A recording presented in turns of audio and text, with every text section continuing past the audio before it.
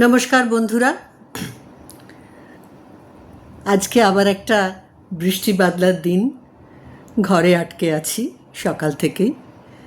ভাবলাম আপনাদের সঙ্গে আমার কিছু কথাবার্তা একটু ভাগ করে নিই। আপনারা সবাই ভালো আছেন তো?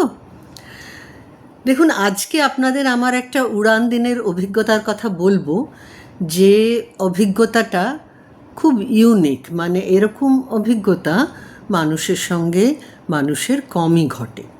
তবু আপনাদের হয়তো ভালো লাগবে। তার সাথে সেই অভিজ্ঞতাটার ভিত্তিতে আমি একটা কবিতা লিখেছি, সেই কবিতাটিও আপনাদের একটু পাঠ করে শোনাব।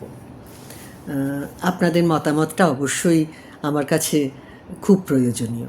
ঠিক আছে, তাহলে বলতে শুরু করি। একদিন ব্যাঙ্গালোর ফ্লাইট থেকে ফেরত আসছিলাম কলকাতার দিকে। ফ্লাইটে হঠাৎ করে দেখি সব প্যাসেঞ্জার এসে যাওয়ার পর যে ক্লাসে কে এসে বসলেন? আমাদের যে ক্লাসে সুনিতা উইলিয়ামস। আমার তো জীবন ধন্য হয়ে গেল ওনাকে দেখে।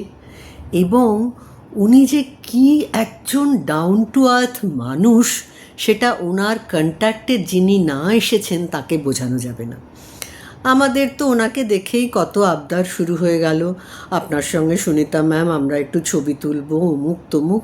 উনি হাসি মুখে আমাদের সব আবদার রাখলেন।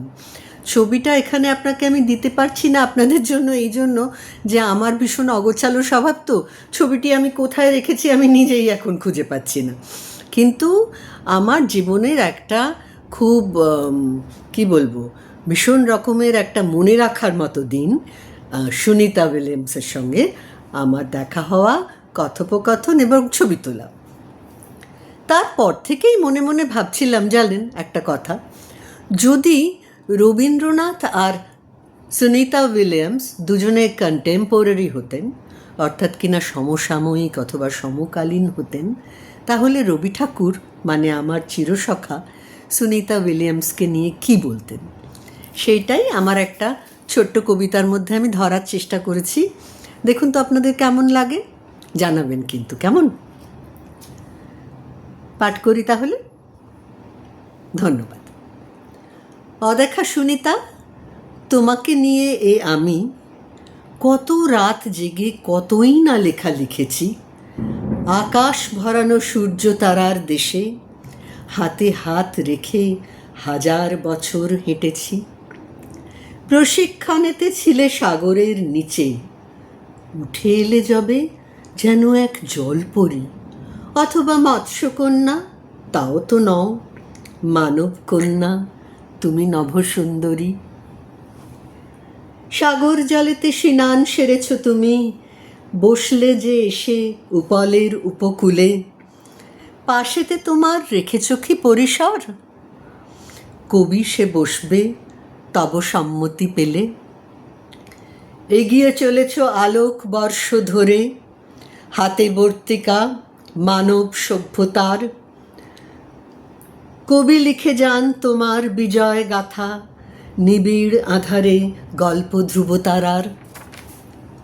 দেখা তো হবেই হঠাৎ কখন জানি, মহাবিশ্বের মহাকাশ পথে যেতে। বিশ্ব হয়তো নিদ্রামগন রবে, তুমি আর আমি জেগে রব দুজনাতে। তখন তোমাকে পরাবো এ মণিহার, তোমাকেই শুধু মানাবে হার খানি। নিখিল ভুবন সাক্ষী রইবে তার, নভশ্চারিণী আমি সেই কথা জানি।